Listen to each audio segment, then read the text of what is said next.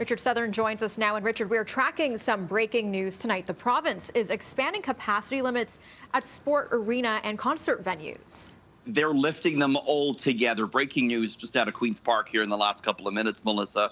No capacity limits for sporting events. That means the Toronto Maple Leafs and the Toronto Raptors, who are about to start their new seasons at Scotiabank Arena, can have all the fans they want in there.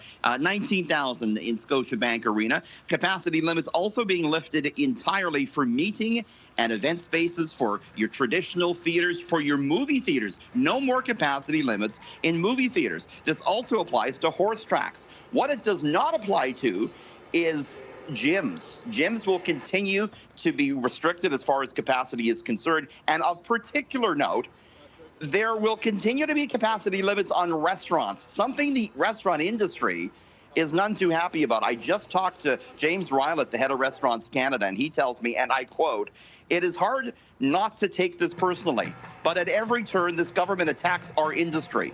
We've been hit first, and we continue to be hit.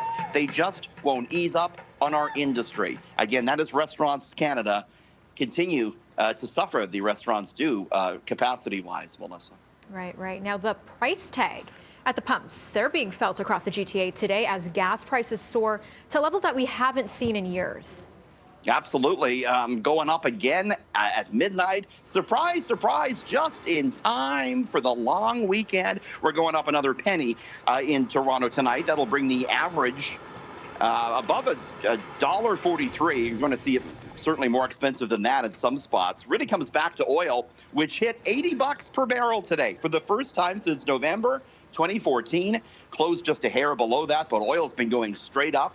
Gained 5% on the week. Big demand for oil, kind of a knock-on effect in the energy markets. Natural gas is soaring, and so some economies are turning more towards crude oil to fill the gap. So no end in sight, I'm afraid, when it comes to gas prices, Melissa. We're going to have to get your bike out, or you get your running shoes on, I'm afraid. Life is just getting so expensive these days, it appears. And it also appears that the Canadian job market, though, that's rebounding following a year of losses during the pandemic.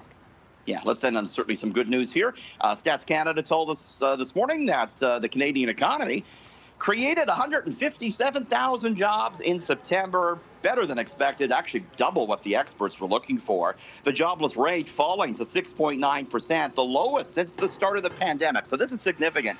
The job market back to where it was before the pandemic. That's huge, right? We saw a big gain in full-time positions.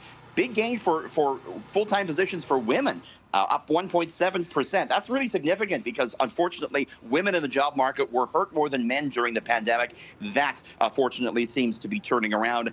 Probably not going to have any effect on the Bank of Canada as far as interest rates are concerned. Melissa, the bank has already said they're going to keep interest rates near zero until the mid-half of next year. You and I are coming back at 6:40. We're going to talk about some fun, interesting stories, including the most Netflix. It has a new hit show, and it's going to be the most watched ever. We're going to talk about that and more at 6:40. Sounds great. We'll see you then.